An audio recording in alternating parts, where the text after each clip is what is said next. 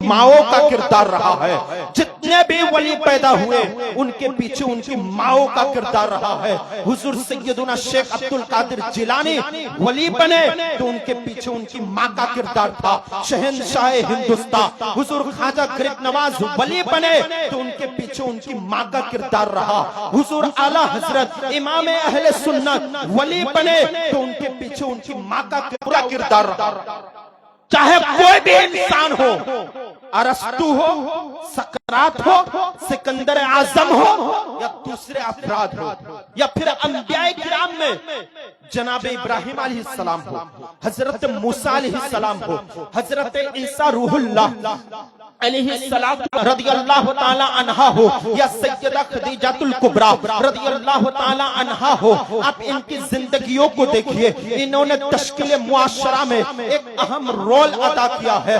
हर दौर में, हर अस्र में, हर जमाने में ये बात मुसल्लम रही है कि अगर कोई मुफक्किर बना है तो उसके पीछे भी किसी माँ का हौसला और दिया हुआ जिगर है। अगर कोई हुक्मरान बना है तो हुक्मरानी का यह सलीका भी किसी माँ ने दिया है। अगर कोई गौस बना है तो इस बिना पर कि एक माँ ने अपने बुढ़ापे की तमाम तर कमजोरियों को छोड़कर अपने बेटे को अपने लगा रहे होते। अगर माँ ना होती तो तसव्वुफ की वो आज़िम दर्स का जिसने लाखों दिलों को जिंदगी अता फरमाई, हयात जावदानी बख्शी, इस्लाम को नई जिंदगी दी, महियुल इस्लाम पैदा किया, ये सब कुछ ना होता।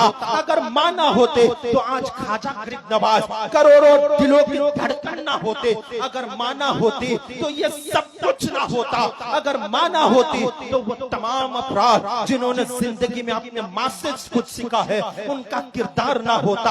अगर माँ ना होती ना तो गरीब नवाज ना होते, बंदा नवाज ना होते, बाबा फरीद गंशकर ना होते, मुंशी अबरारुल हक कुरान को सीने से लगाकर चलने वालों में से ना होते। अरे जिन्हें शौक इबादत और शौक बंदगी, माँ की तरबियत और माँ की आगोश मिली थी, उन माओं ने दुनिया में अजीम अपराध पैदा। अगर कोई शख्स वली बना है उसके पीछे माँ का किरदार रहा है।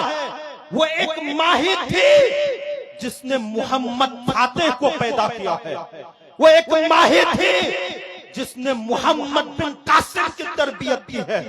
वो एक माँ ही थी जिसने कुतैबा बिन मुस्लिम बहाली को फतेह अफ्रीका के लिए आमादा किया है। वो एक माँ ही है जिसने फातेह पे, जिसने अर्तुगरुल गाजी जैसे अल्लाह के मर्द मुजाहिद बंदे को पैदा किया है। वो एक माँ ही है जिसने खालिद बिन वलीद जैसा शेर बबर पैदा किया है। वो एक माँ ही है जिसने मुजद्दिद आज़म इमाम अहले सुन्नत को पैदा किया है।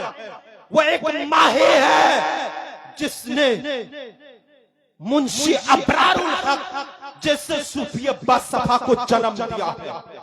वो एक माँ है जिसने दुनिया में बड़े बड़े इंसानों के जरिए दुनिया को बाज़ाब्ता तौर पर संवारा है। उनकी ज़हनी वो फिक्र आराज़गी की है। दुनिया में उन माओं ने असीम इनकलाब बर्पा किया है। इसलिए हर दौर में औरत का किरदार बेपनाह अहम रहा है। कहीं पर कोई माँ अहम फरीज़ा अंजाम देती है तो कहीं पर कोई बीबी अहम। तो मेरे प्यारे और मोहतरम इस्लामी भाइयों और मेरी बहनों, बताने का मकसद ये है कि आज कल की अगर माँ और बहनें चाहे तो आज भी वली पैदा कर सकती है। क्योंकि वली का दरवाजा भी बंद नहीं हुआ है, अभी सिर्फ नबूवत और सहाबियत का दरवाजा बंद हुआ है कि हमारे नबी जनाबे मोहम्मद अरबी सल्लल्लाहु अलैहि वसल्लम सबसे आखिरी नबी है। हमारे नबी के बाद अब दुनिया में कोई नबी पैदा नहीं हो सकता है। नबूवत का सिलसिला अल्लाह तबारक व तआला ने हमारे नबी पर खत्म फरमा दिया है, तो नबूवत का सिलसिला बंद है। इसी तरह से सहाबियत का दरवाजा भी बंद है। क्यों?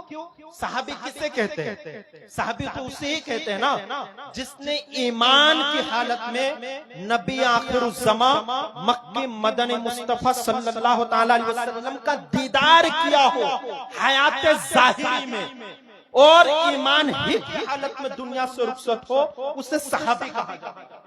तो अब ये दरवाजा भी बंद है, अब कोई सहाबी नहीं हो सकता है। लेकिन विलायत का दरवाजा, वली का दरवाजा, ये अभी भी खुला है। आप भी चाहे तो वली बन सकते हैं। यहाँ पर जितने लोग बैठे हुए हैं ना, अगर आप लोग चाहे ना तो आप लोग भी अल्लाह के वली बन सकते हैं। कैसे?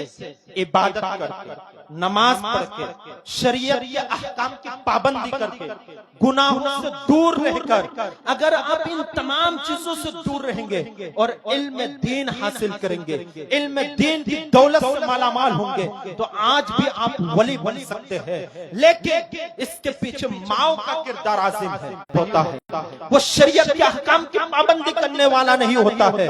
आज के माओ की तरबियत से परवान चढ़ने वाला बच्चा नाचने वाला पैदा होता है, पबजी खेलने वाला पैदा होता है, लूडो खेलने वाला पैदा होता है, गेम खेलने वाला पैदा होता है, फिल्म ड्रामे देखने वाला पैदा होता है, गाने बाजे सुनने वाला पैदा होता है, शराबी पैदा होता है, जिना करने वाला पैदा होता है, बदकारी करने वाला बनता है।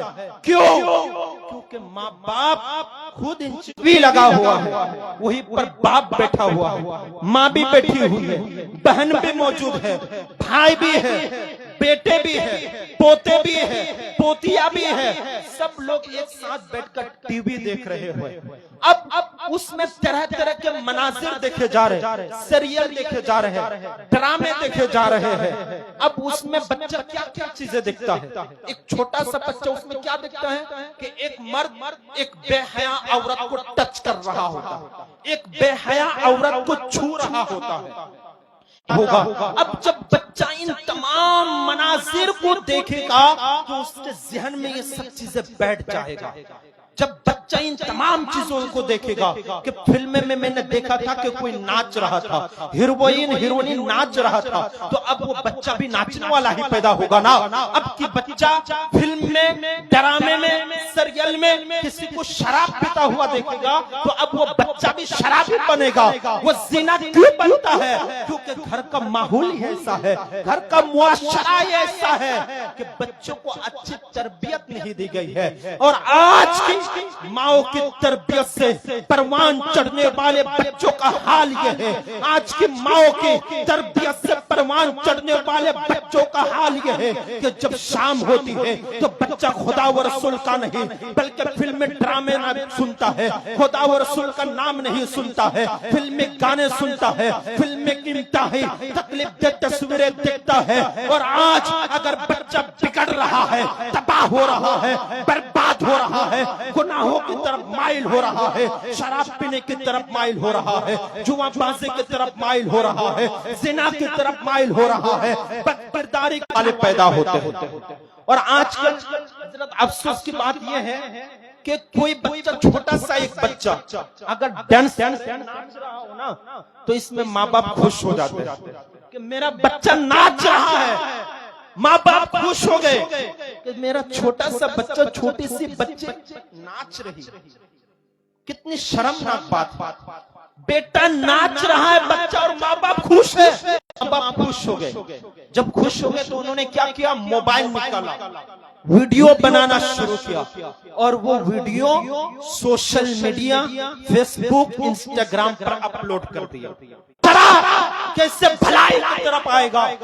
और आज अगर बच्चा माँ बाप की बात नहीं सुनते हैं, माँ बाप की बात नहीं मानते हैं ना, तो इसमें बच्चों का कोई कसूर नहीं, बच्चों का कोई कसूर नहीं।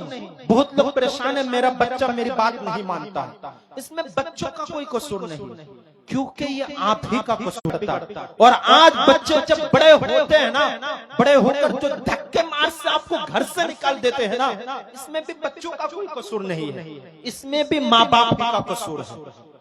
क्योंकि आपने उनको, माँ बाप का एक बेटे पर क्या हुकूक है आप आज भी वक्त है कि अगर आज भी हम चाहे तो अपने बच्चों को सुधार सकते हैं, अपने बच्चे को एक अच्छा इंसान बना सकते हैं। उसके लिए जरूरी है कि हम अपने घर का मुआशरा दुरुस्त करें, अपने घर का परवान चढ़े। जब बच्चा जवान हो तो इसी माहौल में जवान हो, और जब बच्चा जवान हो जाए तो उसके दिल में अल्लाह के अलावा किसी का खौफ ना हो, अल्लाह के अलावा किसी का डर ना हो। वो डरता हो तो सिर्फ अल्लाह से डरता हो। याद रखो, अल्लाह का खौफ, अल्लाह का डर वो चीज है पैदा हुआ, हर चीज से डरता हुआ पैदा होता है, इंतहाई कमजोर पैदा होता है। इसलिए कि आज की माओ ने अपने बच्चों को अल्लाह की किबरियाई का एहसास नहीं दिया। आज के माँ बाप ने अपने बच्चों के दिल में अल्लाह का खौफ पैदा नहीं किया, अल्लाह का डर पैदा नहीं किया। गोश्त, माँ की तरबियत, माँ की गोद, ये बच्चे की सबसे पहली दरसगाह है। बच्चे का सबसे पहला स्कूल उसके माँ की गोद है। माँ की गोद ये बच्चे का सबसे पहला स्कूल है कि माँ और बाप है। हम बच्चों को स्कूल कब भेजते हैं? जब बच्चा 5 साल 6 साल की उम्र को पहुंच जाता है, तब हम अपने बच्चों को स्कूल भेजते हैं। लेकिन जिस दिन बच्चा मुसलमान को बेहतर